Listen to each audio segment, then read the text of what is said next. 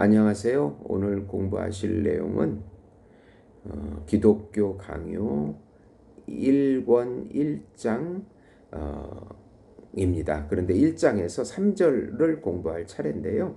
1장 전체 제목은 하나님을 아는 지식이 우리 자신을 아는 지식과 서로 연결되어 있음과 그 결합 방식에 대해서 칼빈은 말하고 있는데, 하나님을 아는 지식은 계시로 주어져야만 또 우리 자신을 제대로 알게 된다. 그런데 이것이 동시에 주어지게 된다.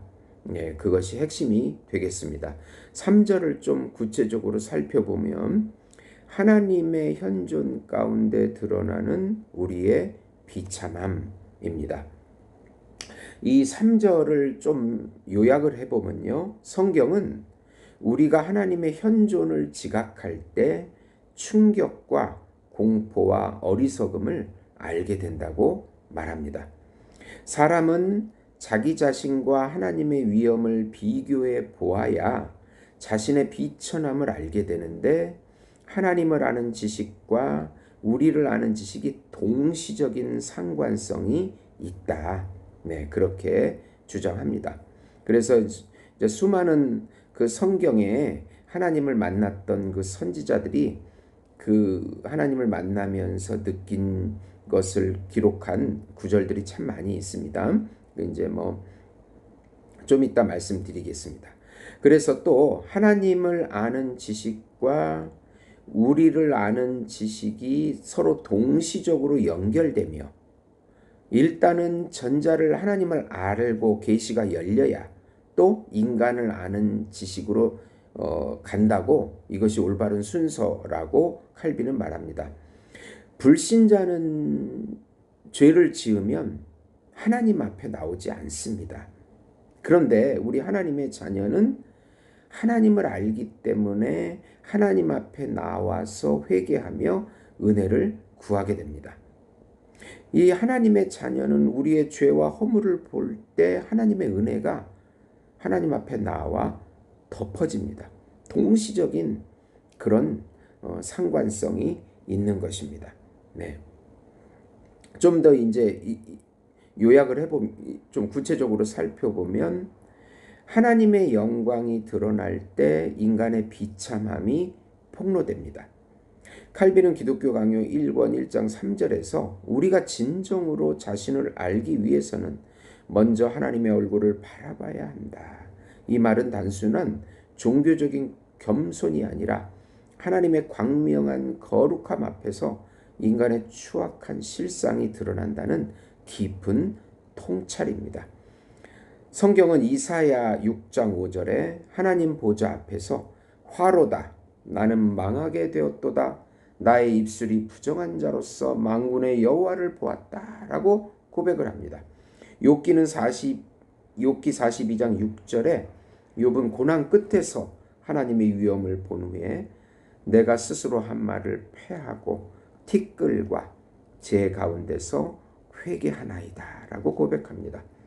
베드로는 예수님의 신성을 눈앞에서 보고 주여 나를 떠나소서 나는 죄인이로소이다 라고 누가복음 5장 8절에 말씀합니다.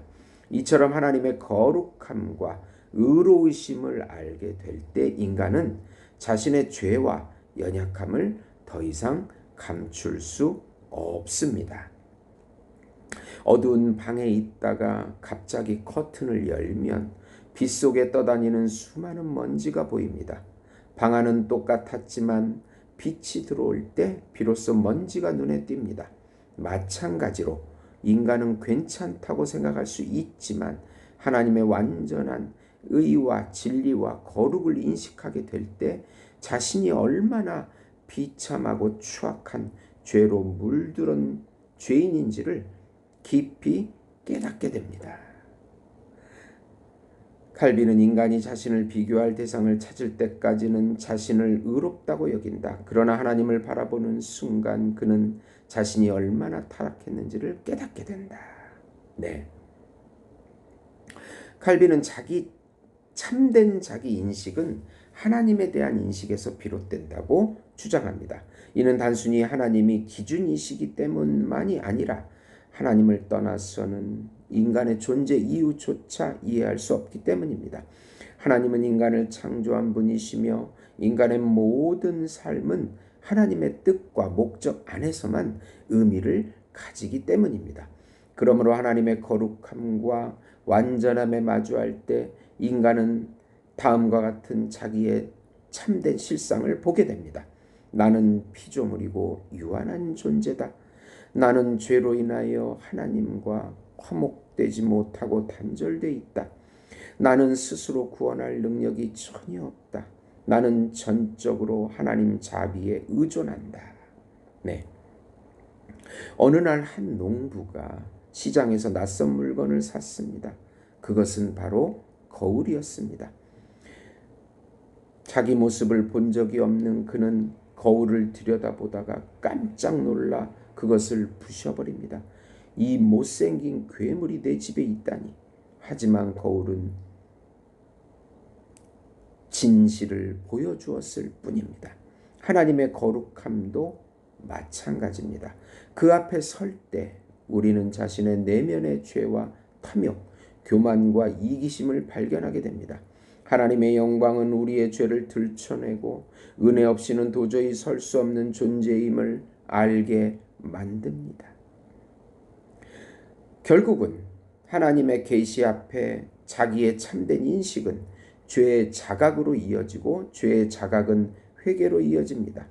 하지만 단지 자책감이나 죄책감이 아닌 하나님 은혜에 대한 절박한 갈망으로 하나님 앞에 서게 됩니다. 칼빈은 이러한 점에서 진정한 겸손은 하나님을 참되게 인식할 때만 가능하다고 강조합니다. 하나님을 인식하지 못한 겸손은 거짓 겸손이라는 것입니다. 이는 단순한 낮아짐이 아니라 하나님 없이는 살 수 없다는 철저한 의존의 고백인 것입니다. 어떤 화가가 그림을 그릴 때 창문으로 들어오는 자연광을 따라 붓을 움직였습니다. 한 제자가 물었습니다. 왜 이 밝은 곳에서만 그림을 그리세요? 화가는 대답했습니다. 빛이 있어야 실체가 바로 보이거든요. 어둠에선 그림자밖에 그릴 수가 없기 때문입니다. 우리도 그렇습니다. 하나님의 빛 가운데 설 때에만 진실한 자기 인식과 회개와 겸손이 가능합니다. 그리고 이 과정을 통해서 비로소 우리는 은혜의 복음에 눈을 뜨게 되는 것입니다. 칼빈은 인간의 비참함을 강조하기 위해 이 내용을 쓴 것이 아닙니다. 오히려 그 비참함을 정확히 인식할 때 오직 하나님의 은혜만이 소망이라는 사실을 깨닫게 하기 위함입니다. 하나님의 자녀는 하나님을 인식할수록 하나님 앞에 나와서 은혜를 사모하게 되고 회개할 때 또 동시에 하나님의 은혜가 덮어지는 것입니다. 그러나 불신자들은 하나님 앞에 나오기를 싫어하기 때문에 결국은 하나님의 은혜를 받지 못하게 됩니다. 그 은혜를 깊이 알고 누리는 사람만이 참된 겸손과 감사로 살아갈 수가 있는 것입니다. 들어주셔서 감사합니다.